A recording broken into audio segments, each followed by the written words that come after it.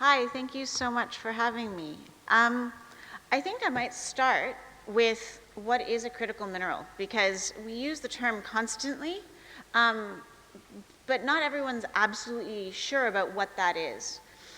So a critical mineral is a mineral that is strategically important to our economy and our way of life, but key to that not only is important as a raw material to ensuring our economy keeps going and our way of life, but it's at high risk of supply disruption, as in we're not sure there's enough of it or we can get enough of it for various reasons, and that can be due to geography or a number of other reasons. And the reason why critical minerals have become so topical of late is because we're in the midst of a major industrial change, what's often called the fourth industrial revolution. And I find it quite apropos to be here in the north, in Newcastle, where the first industrial revolution had so many of its roots based on fossil fuels, and we now are going for what we're calling the fourth industrial revolution as we try to transition off of those fossil fuels. So why are we doing it? Why are we going through this fourth, extraordinarily expensive, difficult fourth industrial revolution? The reason we're doing it is because we live a lifestyle right now in the West that's incredibly energy intensive. And it's more energy intensive than it's ever been at any point in history.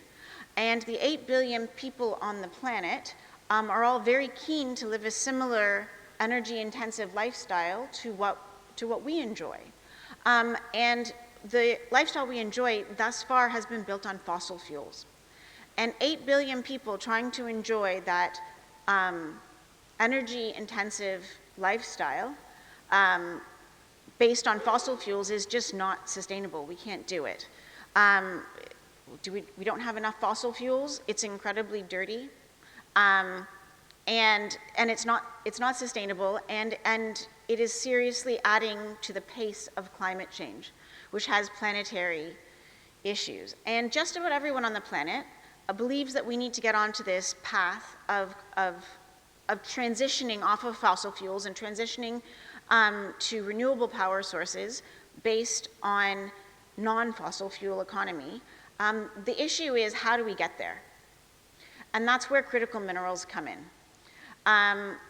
And trying to figure out what minerals, the one thing that everyone is absolutely sure of is that we need to get there, and this transition is going to be more mineral intensive than any transition in the history, than any major industrial change in the history of mankind. And what I invest in is those critical minerals that are going to be essential to the new economy, and what I'm going to sort of talk about is how we figure out what are the factors affecting which minerals are going to be critical and essential and in demand and are at high risk of supply disruption.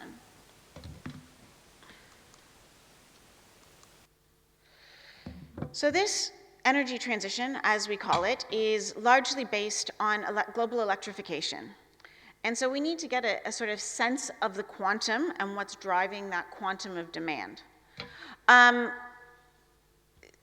The average electric vehicle is about twice as heavy and twice as metal intensive as an internal combustion engine, which means just to keep, I don't know that we're all going to be driving cars in the future, but if we want to transition from internal combustion engines over to electric vehicles, we're going to have to use a lot more metal and different kinds of metal to get there. But it's not just the vehicles which get so much attention. It's also the infrastructure. Making all that energy, making all that electricity from a renewable source is also very metal intensive. All those wind turbines, all those solar panels, all of the wire that connects up all the electricity, all of the grid scale storage, that's all got to be built as well and vastly increased. And that's going to be metal intensive. And in addition to that, the world is urbanizing pretty quickly. And urbanization, the average urban person versus a person who lives in a more rural atmosphere, uses between 2 and 3 times as much metal on a per capita basis, or commodities on a per capita basis, as someone who doesn't. So net, we're just going to require a lot more commodities, a lot more metals, a lot more minerals going forward if we're going to make this energy transition. Which ones do we need? This comes from Tesla. Tesla does a lot more than just cars, believe it or not. They do a lot of research into all forms of electrification and battery storage and battery companies. And they've done a lot of forecasting, which they provide to the world, also largely based on the International Energy Agency and companies like Benchmark, trying to figure out what we're going to need to get onto this energy transition. And this is all available on the Tesla, I think it's Plan 3. The website, and it's all available. But all of these things require a whole new mix of minerals than we've ever needed before. In order to get the energy storage, the energy creation, as well as the consumer goods and the vehicles going. And so the question, we're going to need some of the old stuff. We're still going to need a lot of steel. But for example, the steel that goes on the outside of a normal car or an internal combustion engine car is largely being replaced. You need to have a lighter car because it's so heavy in terms of the batteries are so heavy. So the majority of electric vehicles are largely made out of aluminum. And that's just one example of changes beyond just the lithium-ion battery that are changing demand for different minerals going forward. How much more? And that's actually a big topic of discussion, and people like me spend a lot of time trying to figure out how much more do we need. And guys like Benchmark are amazing at trying to help us figure that out, and it's a really complex argument because nobody knows exactly what future demand is going to be. But the line in the sand is that we'd like to be net zero by 2050. I don't know if we're going to get there, but the world is going to try. But we'll need 5 times to mine on an average basis annually, 5 times more of sort of the major constituent parts like lithium and graphite. And other things we'll need more of, potentially less of. As mentioned earlier, we don't know exactly which technologies are going to be dominant, and this is my opinion, and you don't have to take my word for it, but there was a question earlier about how do we know which technology is going to be dominant. It is my opinion that there will be no dominant technology. There is going to be horses for courses. Different batteries for different applications and different types of cars. I think LFP batteries or LMFP batteries now are going to be a huge part of vehicles.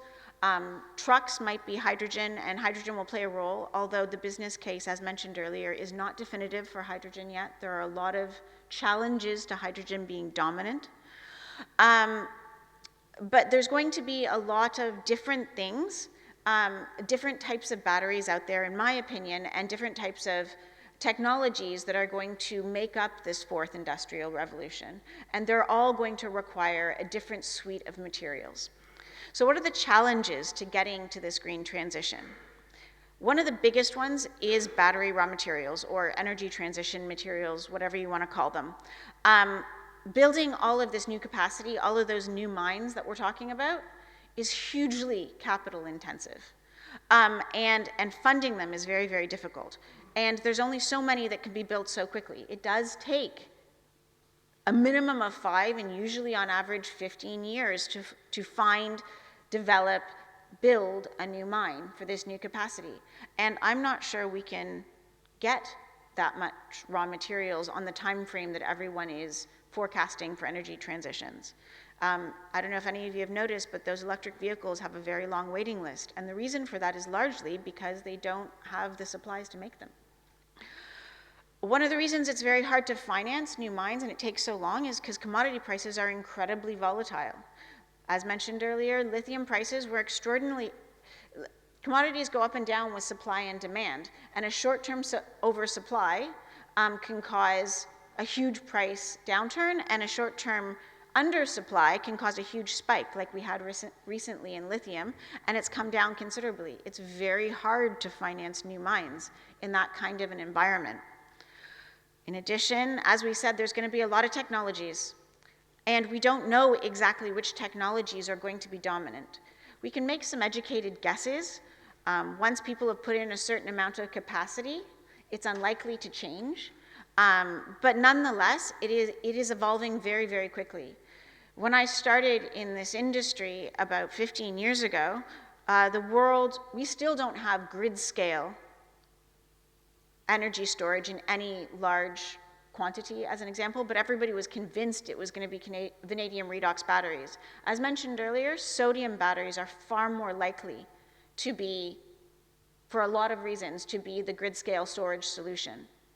They're superior in so many ways. But you're going to see that throughout the battery supply chain, there's going to be horses for courses, and which technology is going to be fully dominant in every one of these courses is still different.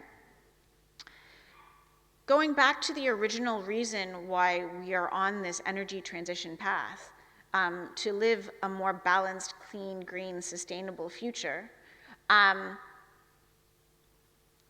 the way things are mined right now, we've never required this kind of sustainability. But people who require this now, there's huge, at least in the West, the amount of legislation and requirements on supply chain transparency ultimately being driven by consumers who are saying, we want all these products, but we don't want them at any cost. We don't want them if you're polluting lakes and rivers or taking advantage of local indigenous communities, or if you're burning more coal than you would otherwise in order to get it in the first place.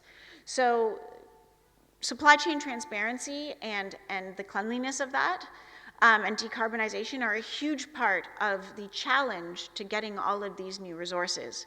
And last but not least, what was brought up earlier and in a great deal more detail, geopolitics. Trying to figure out where we're going to get these resources, who owns them, and who owns the entire supply chain is still up for grabs. And we are in a global battle to own that supply chain, because these minerals, our ability to go through an energy transition is dependent on being able to control, to some extent, our futures by having access to the supply chains that are going to enable it. And right now, because China was so much faster and realized this earlier, they pretty much dominate the global supply chain for almost all energy transition technologies. Part of what we discussed earlier is that the uncertainty, one of the real challenges to finding financing and developing new mines is the uncertainty of the commodity market. Knowing which minerals are going to be demanded in what quantity and how much they're going to cost is a huge challenge. And we don't have consensus. This is, I think there's about 8 well-recognized commodity forecasters who are trying to figure out how much lithium carbonate we're going to need by 2026, not very far out. And what you see there is a vast divergence in how much they think we're going to need. How much we're going to need and where we're going to get it is going to affect pricing.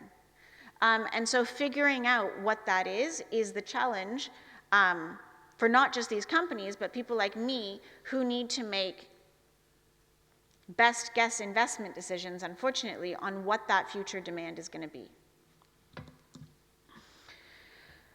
This was covered, this comes from Benchmark, and this was covered very well earlier, but China realized much earlier than us that we were going to have to go through this energy transition, and they invested earlier, which means that approximately 70% of the entire supply chain in batteries, from the raw materials, as in they've secured the supply from on a global basis, the chemical and refining production, because critical minerals are often, for example, what goes into a battery isn't lithium carbonate, which is what we mine out of the ground. What goes into a battery is lithium hydroxide, which is a chemical. It's a further a specific high quality chemical. And for just about every battery material, that is the case. We mine lots of manganese in the world, but it's high purity manganese sulfate that goes into batteries. It's chemicals is a huge part of the battery supply chain, and the chemical industry is a huge part of it. And right now, a huge part of that chemical processing capacity is in China, as is the anode and cathode production, as is the cell manufacturing.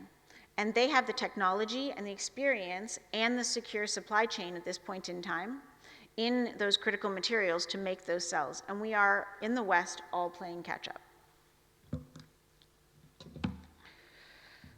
Now, as we discussed earlier, decarbonizing this supply chain is a real challenge. Interestingly, one of the things, China was prescient, as it were, in forecasting the demand for electricity and electric vehicles as well as batteries in the future. But they didn't quite understand that it was very important to decarbonize as well. The reason we're going electric is because we want a lower carbon economy. And that means that if we don't want high carbon minerals, I agree with what was said earlier.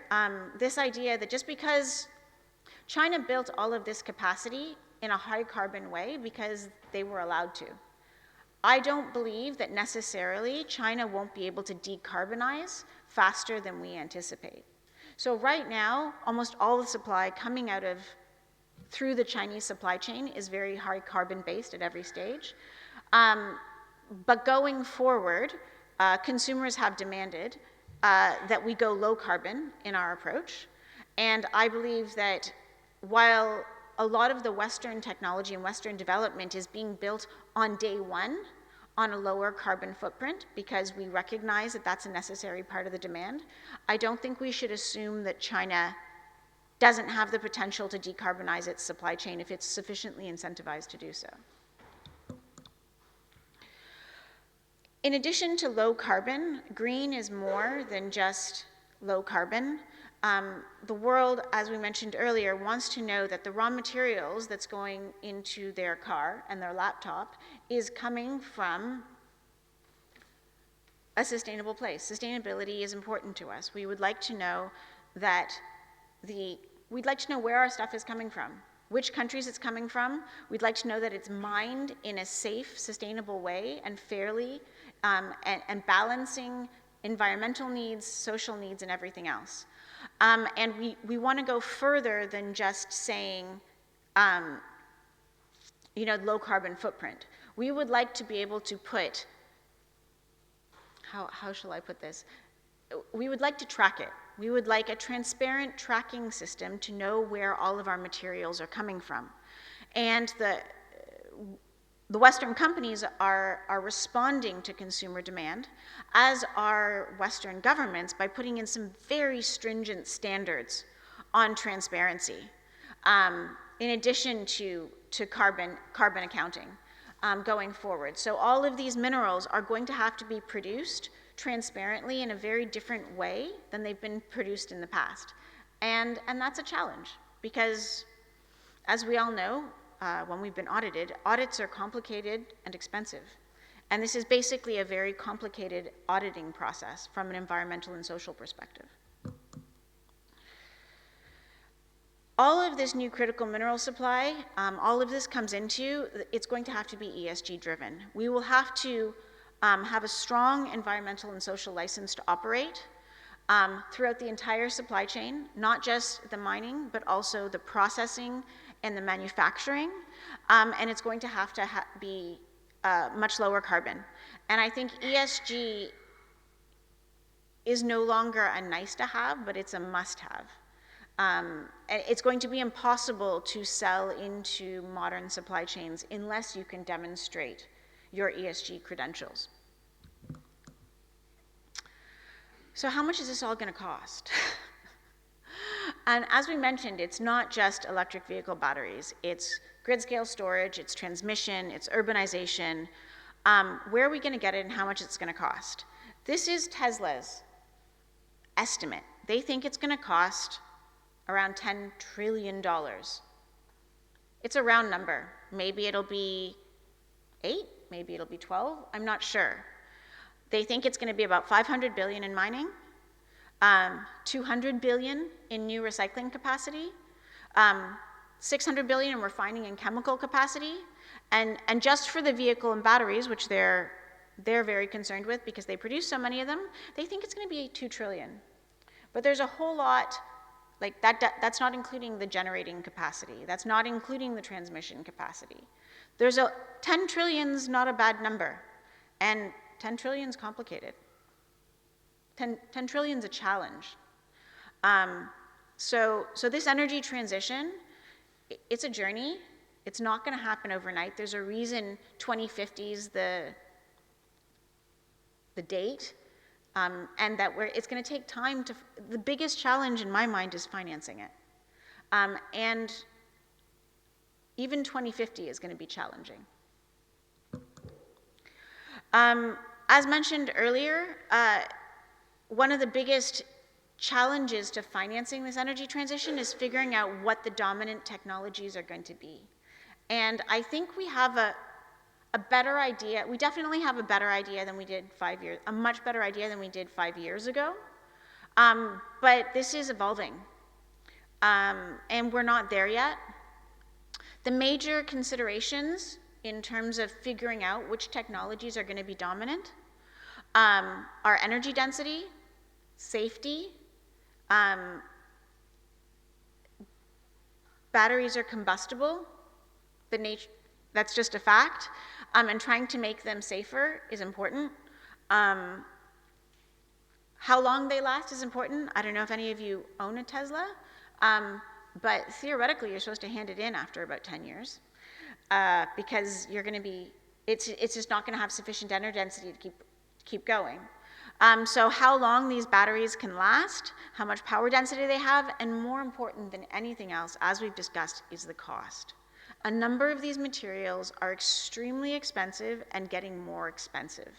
The more we demand and the harder it is to find, cost is an issue. And we're going to need some innovation and technology to find more sustainable, cost-sustainable solutions. And as I said, I genuinely believe you need to come away from the idea that there is one solution, technologically speaking. The future is going to have many technologies. None of them will be fully dominant. And they will, even once they get, to where they are, I don't know if LFPs are going to be 50% or 65% of the global vehicle market. Maybe they'll only be 30%. That's the range. But LFPs are probably going to be there. So is NCM batteries. But which battery formulation? I'm not sure. We haven't gotten there yet. We don't know what's going to be dominant in the longer term. The conclusion I have for you is that the energy transition is happening. There's no getting away from that. We are eventually going to have to. The global consensus, regardless of you're China or anyone else, is that we are going to transition. How long it's going to take, how much it's going to cost, which technologies we're going to use to get there, those are still up for grabs, and that's the challenge for investors in the space and people trying to plan for this capacity. But it's fun. The fourth industrial revolution, it's fun to be a part of it. So I think you need to pay a lot of attention, understand that the drivers of it are slightly different than the drivers in the past, and go where we're at. The train has left the station. It's going, and we're going to have to be a part of it if we'd like to live in participate in the new economy going forward. That's it.